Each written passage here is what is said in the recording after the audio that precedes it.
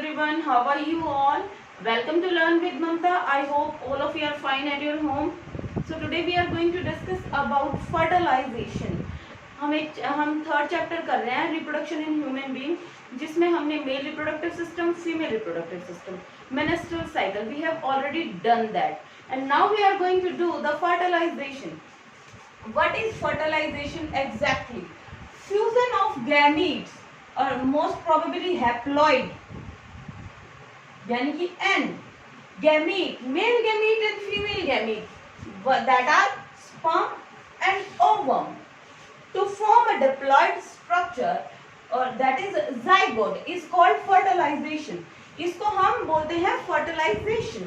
ठीक है, fertilization में क्या क्या इवेंट्स होते हैं, कैसे कैसे, ये बहुत ही कॉम्प्लेक्स प्रोसेस है, सो इसको बहुत ही डिटेल में समझना पड़ेगा.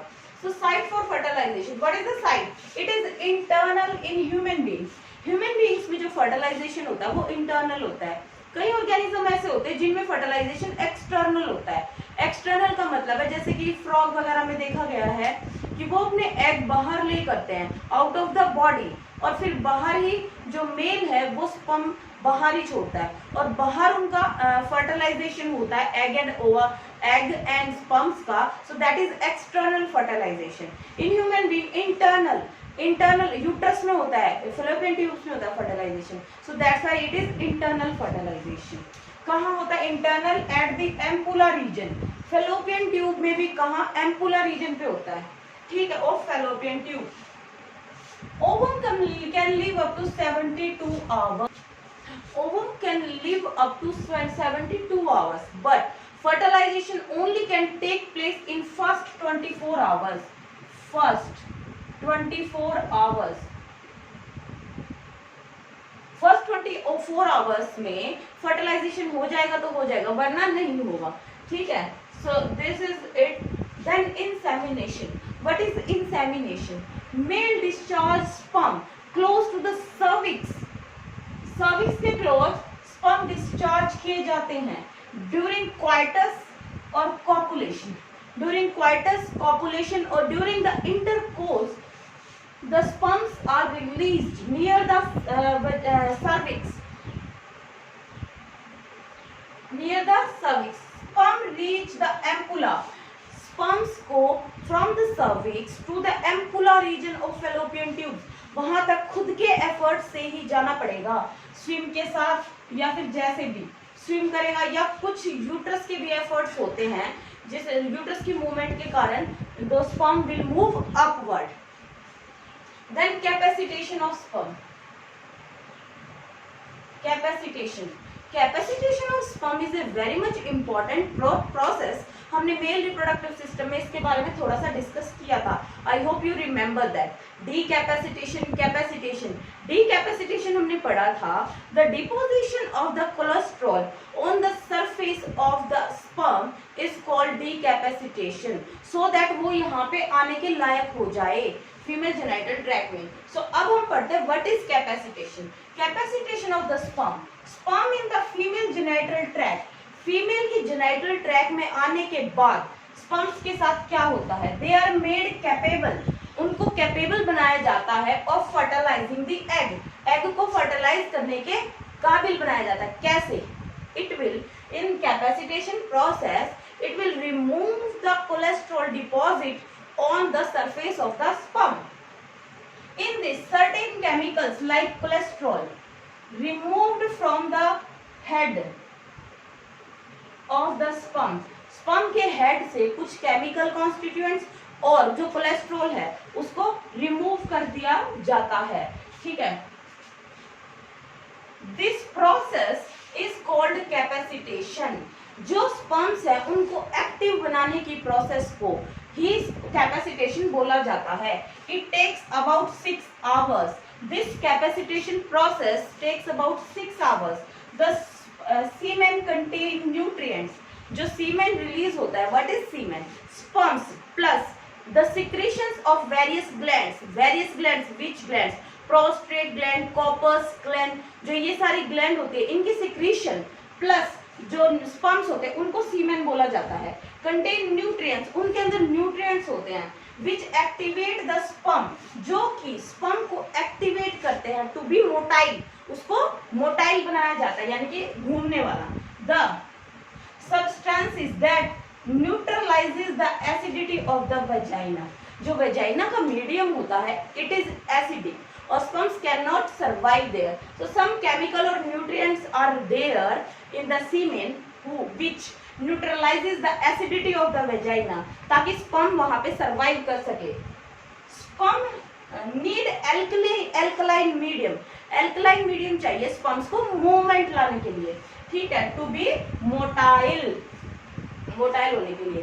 सो chemical and physical changes of fertilisation, fertilisation के दौरान बहुत सारे चेंजेस होते हैं, उन चेंजेस को हम अच्छे से पढ़ेंगे। Total 5 processes are there, proper processes are there. First one is acrosome reaction, acrosome reaction. Acrosome reaction में क्या होता है, the ovum is surrounded by 2 layer, ovum जो होता है वो 2 लेयर से सराउंड होता है। First one is zona pellucida and outer layer is corona radiata, अंदर वाली जोना पेलिसुडा होती है, जो बाहर वाली 2 इरेगुलर सी सेल होती हैं, ठीक है, और अंदर वाली होती है वो कंटिन्यूअस होती है, दीज आर स्पर्म, ठीक है। जो एक्रोसोम रिएक्शन में क्या है कि the ovum surrounded by 2 layer zona pellucida and corona radiata, to penetrate to the ovum acrosome has some hydrolytic enzyme, जो स्पर्म का हेड रीजन होता है उसमें कुछ एंजाइम होते हैं जिनको हम बोलते हैं हाइड्रोलाइटिक एंजाइम और स्पर्मलाइसिन, जो क्या करते हैं इन वॉल्स को ब्रेक करने का काम करते हैं, ठीक है। इन जो ये स्पर्म का एक्रोसोम हेड है वो वहां के रिसेप्टर्स के साथ मिल जाता है और जिससे कि वो ब्रेक हो जाता है। ब्रेक होने के बाद एंजाइम निकलते हैं बहुत सारे। एंजाइम कौन कौन से होते हैं, first one is hyaluronidase, hyaluronidase, इसमें क्या होता है हाइलोयूरोनिक एसिड होता है। Then corona penetrating enzyme and zona lysing enzyme, corona penetrating तो क्या आएगा, जो कोरोना रेडिएटा मेम्ब्रेन है उसको वो डिसॉल्व करने का काम करता है, ठीक है। Then zonalizing enzyme acrosin help in digestion of zona pellucida, zona pellucida की डाइजेशन में हेल्प करते हैं। Now comes cortical reaction, cortical reaction में क्या होता है बेटा, after the fusion of egg plasma, egg and sperm plasma membrane, अब आपको पता है एक्रोसोम रिएक्शन के बाद स्पर्म की प्लाज्मा मेम्ब्रेन और जो एग है उसकी प्लाज्मा मेम्ब्रेन आपस में ज्वाइन हो जाती है। उसके ज्वाइन होते ही क्या होता है कि शोज कोर्टिकल रिएक्शन, जो ओवम होता है वो कोर्टिकल रिएक्शन शो करता है। जो ओवम की प्लाज्मा मेम्ब्रेन होती है उसके नीचे कोर्टिकल ग्रेन्यूल्स प्रेजेंट होते हैं, वो ग्रेन्यूल्स जल्दी से फ्यूज हो जाते हैं, फ्यूज होकर वो ग्रेन्यूल्स प्लाज्मा मेम्ब्रेन के साथ भी फ्यूज हो जाते हैं और जो कि पॉली एम्ब्रियोनी को रोकते हैं। एक स्पर्म अंदर आ गया तो अब दूसरा नहीं आ सकता है, ठीक है।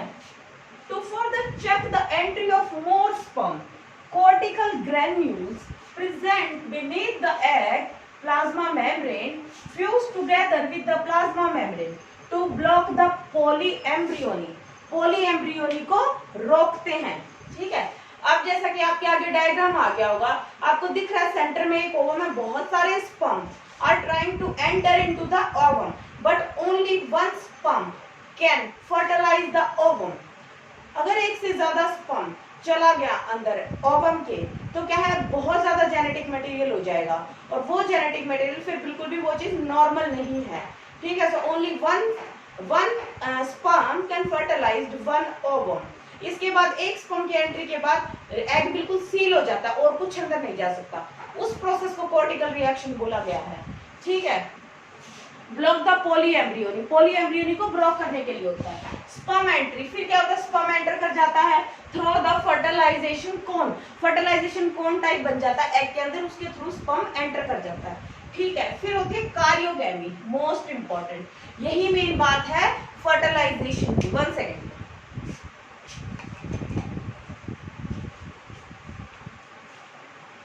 कैरियोगैमी में क्या कहते हैं, इसको एम्फोमिक्सिस भी बोलते हैं।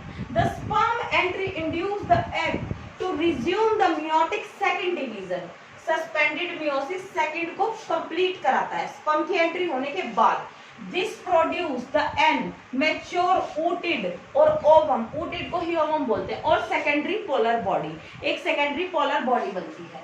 Then the male and female chromosomes combine or fuse together, that called karyogamy or apomixis, to complete the act of fertilization. ठीक है, यहाँ पे कंप्लीट होती है act of fertilisation after the fusion of male and female chromosome, that is nucleus material. जो polar body है, sperm का जो हेड आ जाएगा, और जो मिडल पीस और जो टेल है वो सब कुछ डीजनरेट हो जाएगा. ठीक है, सिर्फ क्रोमोसोम और डीएनए मटेरियल बचेगा जो कि एक दूसरे के साथ कंबाइन हो जाएगा. उससे क्या होगा, फर्टिलाइजेशन यहाँ पे एंड हो जाता है. ठीक है, दिस जो बनेगा after fusion is the first cell of new individual.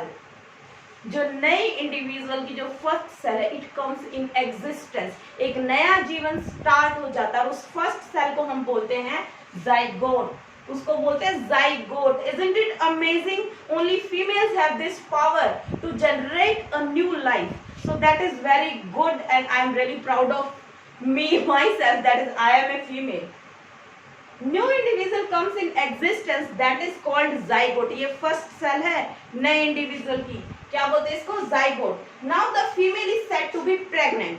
अब फीमेल प्रेग्नेंट कहलाएगी. ठीक है, fertilisation is a irreversible process, species specific, species specific होती है बेटा. And sex of the baby is decided on this stage, on this stage.